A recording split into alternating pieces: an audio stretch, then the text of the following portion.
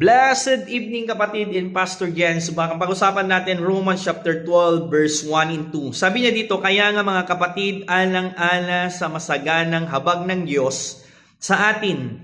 Aking nakikiusap sa inyo, ialay ninyo ang iyong sarili bilang isang handog na buhay, banal, kalugod-lugod sa Diyos, at ito ang karapat-dapat na pagsamba ninyo sa Diyos. Kapatid, Paul encourage us na ialay natin ang ating buhay sa Kanya na banal at kalugod-lugod sa Diyos. Kapatid, upang tanggapin ng Diyos yung ating alay na banal at kalugod-lugod ng ating buhay, balikan natin the Old Testament. Alam niyo po ba ng Old Testament, ang hinahandog po ng mga believers ni Lord, yung pinakamagandang hayop nila, yung pinakamatatabang hayop nila, yung pinakamaayos na hayop nila. At kapag hinahandog nila yung kanilang hayop sa Diyos, kapatid, agad naman tumutugon ng Diyos. Pinapatawad ang kanilang mga kasalanan, sinasagot niyang Diyos ang kanilang mga dalangin sa Kanya dahil napakaganda at napaka-the best yung offering nila kay Lord. Ngayon, generation na to, dahil lahat man tayo na nananampalataya, walang alagang hayop.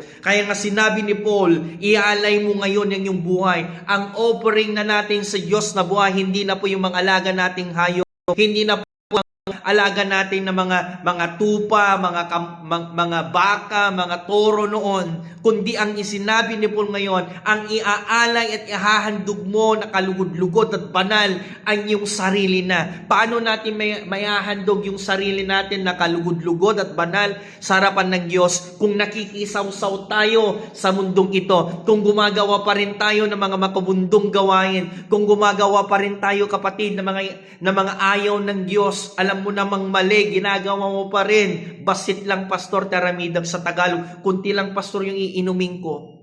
Kapatid, maliit o malaki, yan po ay kasalanan. Pastor, kunti lang naman yung tinaya ko. Kasalanan pa rin yan ang pagsusugal. Tandaan mo, kapatid, maliit o malaki na kasalanan, still po kasalanan. Kaya sa gabi na to, para maialay natin yung buhay natin na banal at kalugod-lugod ng Diyos, huwag kang makiayon, huwag kang makisawsaw sa mundong ito. Kaya kapatid, sabi niya sa verse 2, huwag kang makiayon sa takbo ng mundong ito. Sa halip, sabi niya, sa halip, hayanin yung baguhin ng Diyos ang inyong pag-iisip.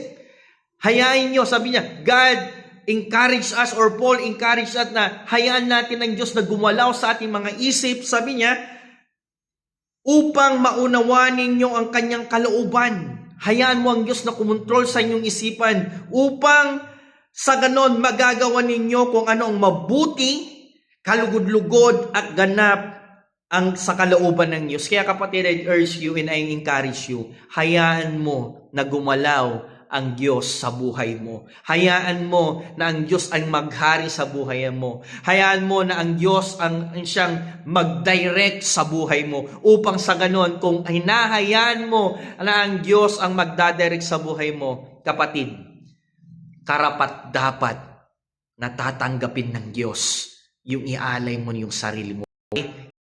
Mo ng Diyos ang may-ari ng buhay mo. Kaya sa gabi na to, kapatid, para tanggapin ng Diyos yung papuri natin, huwag kang masigisawsaw sa mundong ito. Kapatid, walang doble kara na Kristiyano. Blessed evening, and now may napurot tayong aral. Kung mayroon tayong napurot na aral, type Amen, share, and God bless us all. To God be the glory.